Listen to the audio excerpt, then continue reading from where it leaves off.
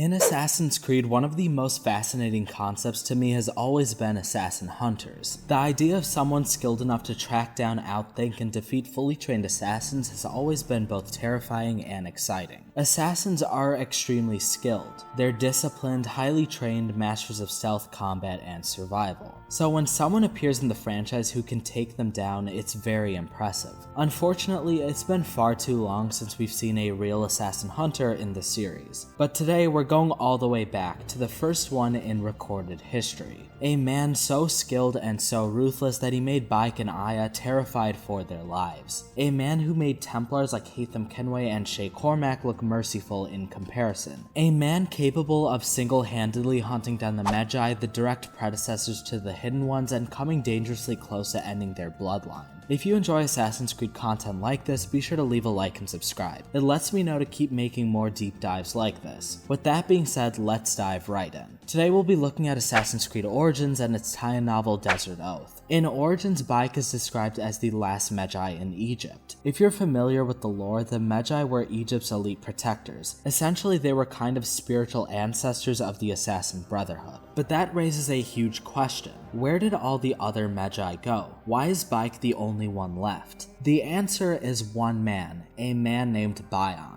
Unfortunately, Ubisoft never gave us any official artwork of Bion, so I'll just be using footage and visuals that match the tone of the events. The story takes place before the events of Origins. The Order of the Ancients is quietly working behind the scenes to gain control over Egypt, clearing obstacles from their path. One obstacle they identify is the Magi. These protectors represent the old ways, loyalty to the pharaoh, the people, and traditions that could easily conflict with the Order's plans to reshape Egypt. So one member of the Order recruits a man known as Bion, the Killer of Men. A former soldier turned mercenary, Bion was infamous for his effectiveness, and his mission was to hunt down the remaining Magi and erase their bloodline completely. Bion begins his campaign across Egypt alone. Unlike later assassin hunters like Shay Cormac, who had extensive networks and resources, Bion relies on his own skill. He tracks down his targets and eliminates them by himself. His intelligence is apparent almost immediately. One of his earliest kills is a Magi named Emsaf. Bion tracks Emsaf on horseback for days. The Magi realizes someone is tailing him, so when he reaches town, he hides with his bow ready to ambush his pursuer. But Bion is 2 steps ahead. Before entering town, he kills a merchant, places the corpse on his horse, and sends it ahead. When the horse arrives, Emsaf shoots the figure he believes is Bion, thinking the threat is gone. As Emsaf leaves his hiding place to investigate, Bion ambushes him, severing his spinal cord so that Emsaf is paralyzed but conscious.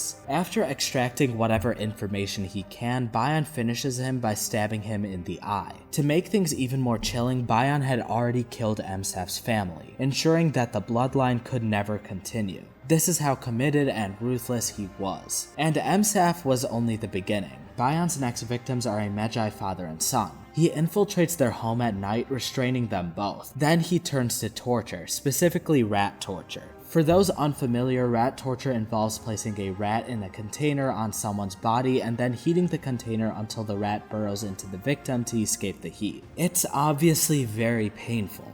Bion performs this on the son, who I believe is blind and has no idea what is happening, only that he is in pain and terrified. The father breaks, revealing the location of the next Magi, a man named Sabu. Sabu's name is important because he has a teenage son named Bion. Bion ends the torture and kills both of them and makes his way towards his next target. When Sabu realizes he's being hunted, he leaves Siwa to draw Bion away, leaving Bion behind for safety. But Bion, young, inexperienced, and worries, decides to find his father with his friend Aya. Here's something important to understand. At this point in his life, Bion was not like other young assassins we've seen in the series. Altair, Haytham, even Connor were all trained extensively as children. They were capable fighters by their teens. Bion's father had deliberately avoided training him. This was because he wasn't sure Bion was ready to take on the Magi's responsibility. And more importantly, he didn't want his son in danger. This is key because Bion had none of the advantages most assassins would have if they were hunted by someone like Bion. Bayek was heavily outmatched. Bayek eventually finds Sabu, who had prepared an elaborate trap for Bion, and Bayek unknowingly ruins part of the trap, but with the help of Aya and their ally Kenza and her tribe, they plan to ambush him. Bion does get ambushed, but he still manages to escape, and he does, but only after Sabu critically wounds him with an arrow. However, this is impressive because not too many people can escape while critically injured like that. He obviously has great endurance. What Sabu does next is quite interesting and shows you just how deadly Bion is. Bion's injury from their last encounter was severe, the kind that would leave most men permanently crippled. But instead of celebrating victory, Sabu, Bayek, and Aya vanish into hiding. They spend years training and preparing for the possibility that Bion might return. And here's the key, they didn't even know if he survived. That's how dangerous he was. The mere chance that Bion could still be alive was enough to keep them on edge for years. Meanwhile, Bion is alive, and he was not just recovering, he's getting stronger. Bion was outmatched by Sabu's skill with a bow in their last fight, so Bion practices relentlessly day and night. He even admits that the wound he suffered would have crippled any other man, but he refused to let it stop him. At the same time he's expanding his reach, Bion builds a spy network across Egypt to hunt down his remaining targets. This not only shows his persistence, but also his intelligence. Eventually, his network picks up a lead, thanks to Aya. Restless after years of hiding, she slips away, unknowingly alerting Bion to their general location. Bion approaches Aya in a desert, but instead of attacking her, he saves her from a group of bandits. This is classic Bion, calculated, patient, and manipulative. He earns her trust and speaks with her, and pieces together the information he needs to track down both Sabu and Bayek. He lets her go, planning to deal with her later. As a token of gratitude, Aya gives him a scarf. A small detail, but one that will play a crucial role in the next encounter. Bion now had a general location of his targets, and he moved towards the place where Bayek and Sabu had been training for years in preparation for this fight. They spent countless years honing their skills, expecting Bion to eventually appear. But Bion struck first. Before even revealing himself, he fired an arrow at Sabu, and his aim was deadly accurate. In fact, his shot surpassed Sabu's own skill, proving that the years of practice during his recovery had paid off. The fight quickly turned to close combat. Bayek and his father attacked together, double-teaming the hunter in an attempt to overwhelm him. But Bion's skill was undeniable. He held his own against both opponents, deflecting their strikes and countering every move. Then Bion revealed Aya's scarf. This sight stopped both Sabu and Bayek in their tracks. They assumed the worst, that Aya had been killed, but this was exactly what Bion wanted. This is something that Bion is very good at, and this move was designed to throw them off balance, much like his earlier tactics. The fight dragged on, all three fighters sustaining injuries. Eventually, Sabu began to understand the reality of the situation. Bion was simply too skilled. Victory was slipping away. In desperation, Sabu tried bargaining, offering to pay Bion more than the order was giving him. But Bion refused without hesitation, saying this was never about the money. Knowing that the fight was lost, Sabu made a final selfless decision. He shoved an injured Bayek into the river, sending his injured son away to safety. The battle between Sabu and Bion continued, but it ended in tragedy. Bion drove his sword through Sabu, pinning him to the ground. And here, for the first time, we see a rare glimpse of humanity in Bion. The two warriors exchange words, mutual respect between rivals who had trained for years to face one another. Sabu says that Bion will never find Bayek, or at least not for a long time. Bion already knew Bayek's likely destination, Siwa. He had investigated it beforehand. But he chose not to tell Sabu, not because he couldn't, but because it would be needlessly cruel. Perhaps it was respect. Perhaps it was a small acknowledgement of Sabu's courage. Bion waited until Sabu died before removing his sword, an act that, in its own way, carried a bit of honor in my opinion. He let him die in peace. This was the one time we see a crack in Bion's otherwise cold exterior, a moment of respect between two men who had prepared for this fight for years. And in the end, Bion had emerged victorious. Bayek eventually regains consciousness. He's lucky, locals tended to his wounds, giving him just enough strength to start his long journey back towards Siwa.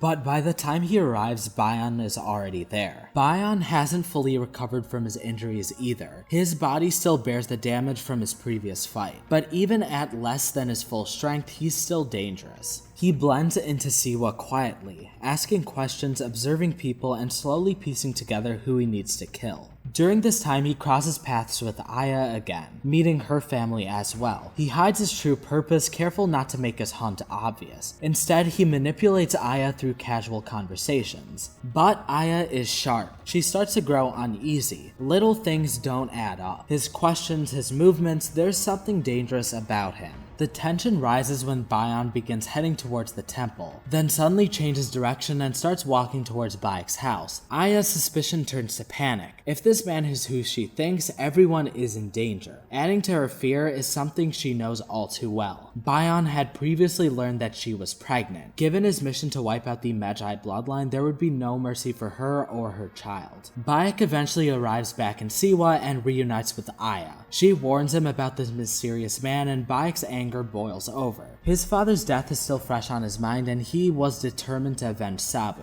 The confrontation happens at WaKy's house. WaKy storms in, ready to fight. He yells that he will avenge his father, and his voice carries throughout his house. His mother, hearing the words, begins to cry. She hasn't seen her husband or her son in so long, and this is how she learned of her husband's death. The battle begins, and WaKy fights with fury, but Bion is calm and calculating. And then there's a brief, almost strange moment where Bion looks at Aya. His gaze softens. There's a flicker of something there, perhaps because Aya is one of the few people he's spoken to outside of combat. He once saved her from bandits and shared conversations with her. In that brief glance, it's almost as if he's reminded of the humanity he rarely shows. But that doesn't last long. During the fight, Bion reflects. He says that killers are said to be ashamed of their own reflection, yet he's not. He muses that the reason so many people have died, the reason bodies keep piling up, is because everyone believes that they are right. It's a rare moment of philosophy from the man who spent years killing people. The fight continues, WaKy and Aya both pressing the attack. At one point, WaKy states outright that Aya must die as well, revealing her pregnancy to throw WaKy off, much like how he did previously with the scarf. It's another example of how Bion weaponizes his opponent's emotions in battle, but this time the tactic fails.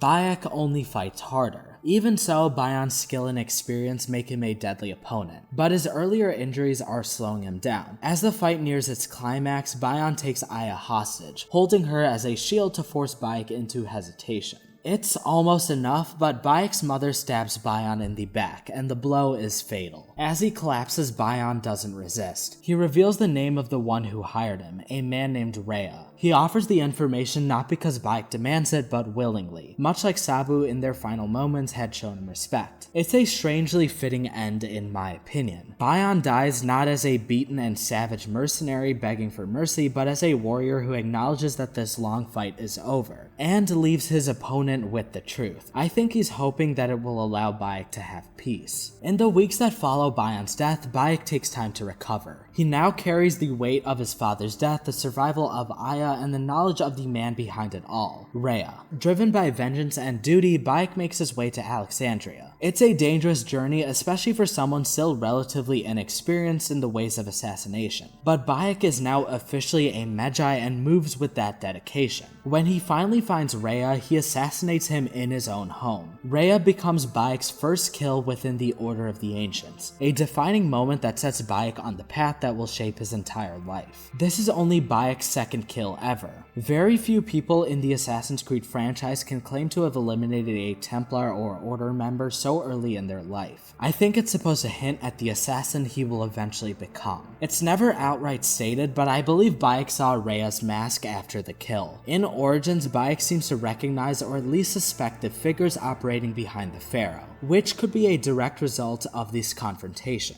And that brings us to the end of the story of Bion, the first true assassin hunter in the franchise. I know I may be stretching the definition of assassin hunter here, but think about it. He eradicated the Magi, the direct predecessors to the Hidden Ones, and hunted both WaKy and Aya, who would go on to become two of the most important assassins in history. I think he's earned his title. Bion's story shows us a different kind of threat that the series hasn't leaned into for a long time. A villain who's not just deadly but intelligent, persistent, and terrifying. We've had so many forgettable antagonists who felt like minor obstacles rather than actual threats, but Bion was different. And honestly, I believe the series could use more characters like him. If you want to dive deeper into this story, I cannot recommend Desert Oath enough. I've read all the novelizations, and I would definitely say that this book is worth your time. It gives an incredible backstory for Bike and Aya's early relationship, and it makes Bike's character and origins hit even harder. With that being said, if you enjoyed this breakdown and want more Assassin's Creed deep dives, feel free to leave a like and subscribe. It lets me know to keep bringing these kinds of stories to the channel. If you have anything to add on, or if I missed or glossed over something, please leave a comment. I love reading all of them. Thanks for watching, and I hope you have a great rest of your day.